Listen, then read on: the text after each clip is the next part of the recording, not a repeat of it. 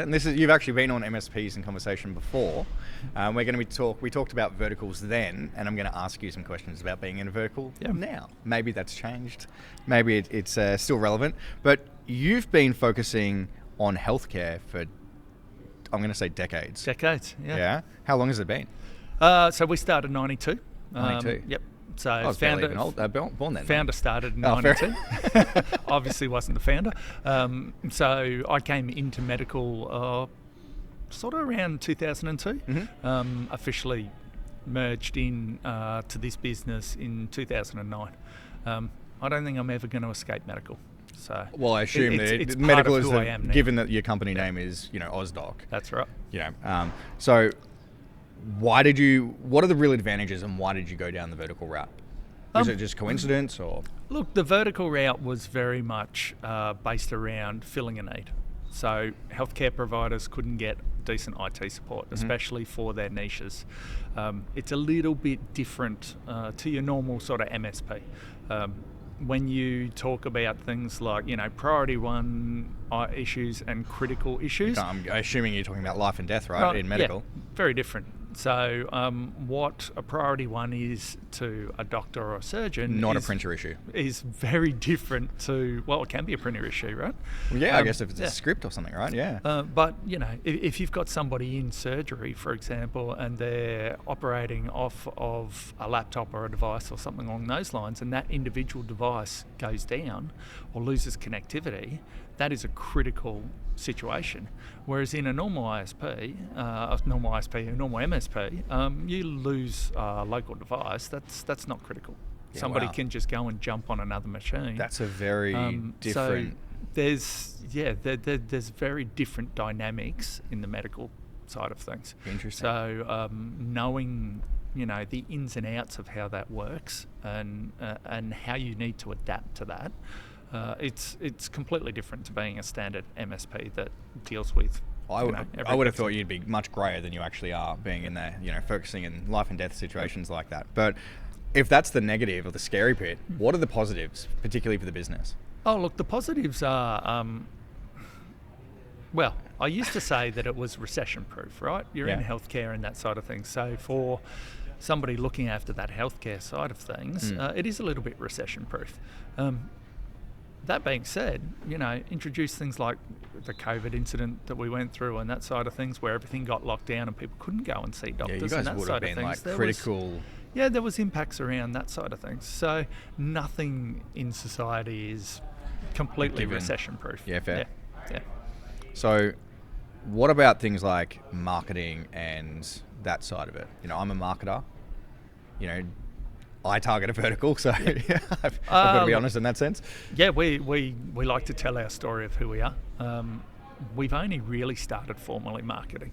I think when we spoke last time in the MSPs conversation, we were just starting to build a sales team. Never had a sales team prior. How's that going now? It's good. We've got any lessons?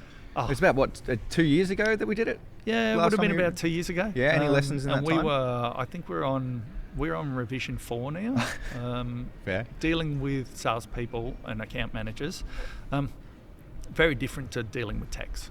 So maybe some advice for people that are hiring their first sales rep.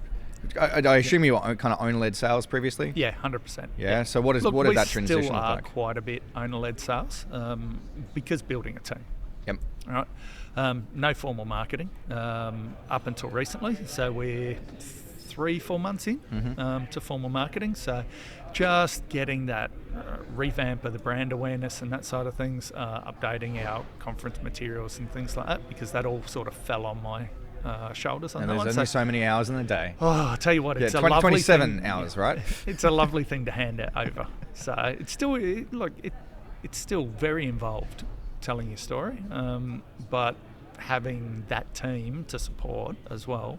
How many people are you in sales you're at now? So we've got one sales admin, 2 client success managers, which are essentially account managers. Yep. I call them client success managers because they're essentially the client advocate inside of our business. So when the client needs a voice and needs somebody to translate between everyday speak and technical speak, because technicians speak very differently. Jargon. They're our people. Our industry loves. And they struggle with that as well. But at least we've shifted that struggle away from our clients trying to go through that pain to being able to have normal everyday conversations, and our account managers take on that pain to translate to the technicians. So it's working well. Yeah, cool. Okay, so it feels a little bit risky potentially going into just a single vertical. I mean, coming from me, hosted network only targets MSPs. But do you see that there's any risks? Look, it is risky. Selecting a vertical that you're not passionate about is probably a mistake. So that's a good piece of advice there. Yeah, you don't want to be in a vertical that you don't have a love for or care for, or any sort of drive beyond, this is my vertical because I've picked it for no reason. Definitely have a reason behind that vertical. Otherwise, you're not going to deliver what you need to the vertical. That's some really good advice. I love that. You can shift as well. So change? Yeah. Would you change or would you add? We are in the process of expanding that vertical. Obviously, born from medical, we deal with governance and compliance all the time. Okay. So we are in the process of, still staying focused around medical, adding governance and compliance to those verticals. So any organisations that need that level, we're more than happy to actually take on board and support, because it's ingrained in us from the medical side. Yeah, exciting. So a few general questions, if I may. We talk about the industry, and I've done a couple of these sessions today, and the industry's changing. I'm sure there's people behind me being foolish. If there's Cindy behind me, no comment beyond that. If Cindy was behind you, there'd be another camera on us, right? Yeah, there would be, definitely. Speaking of exciting things, what's the most exciting things happening in your mind in the industry? We've gone through a few different changes over the years, cybersecurity and so on. Look, the industry's still adapting, I think. Obviously, AI is the buzzword. We love our buzzwords. Yeah, the difference between automation and AI are two very different things. People are still coming to terms with understanding those differences. People are still coming to terms with trying to figure out what they should be doing or what business problems they're trying to solve. Right? Everybody's pushing you should be using AI down everybody's throat, but you have to have a business case at the same time. Yeah. So dabble, learn, but know what you're trying to fix at the same time.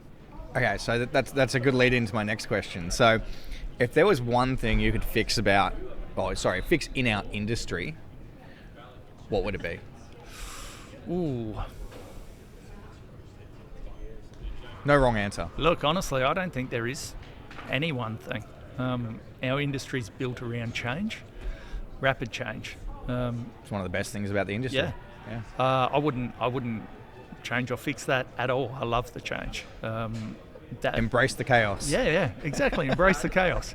So that simply means that what today's problem is, tomorrow's problem is completely different, and that's probably what I love most about being in the industry.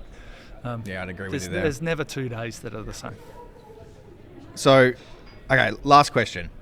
We've got a range of different MSPs here at Catalyst, a range of different size, maturity MSPs, listen or watch MSPs in conversation.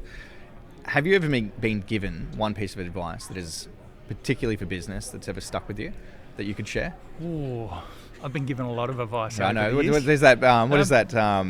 Forrest Gump. I can never remember the exact quote, but life is, or is it like a box of chocolates? Yeah, life is like a box of chocolates. Yep, that's the one. It depends on the aspect, right? No, I honestly couldn't pick one single bit of advice. I've been asked over the years a lot of times, they're like, who's my mentor and that side of things, and I've never actually selected a specific mentor. I like to take little pieces and snippets from all sorts of people. Yeah, because everybody has their strengths and their weaknesses, and sometimes weaknesses are strengths. When it comes to advice, I think I get advice from people almost every day. Nice. Well, thank you for joining me again 2 years later. No, I clearly owe you a beer. Great conference so far.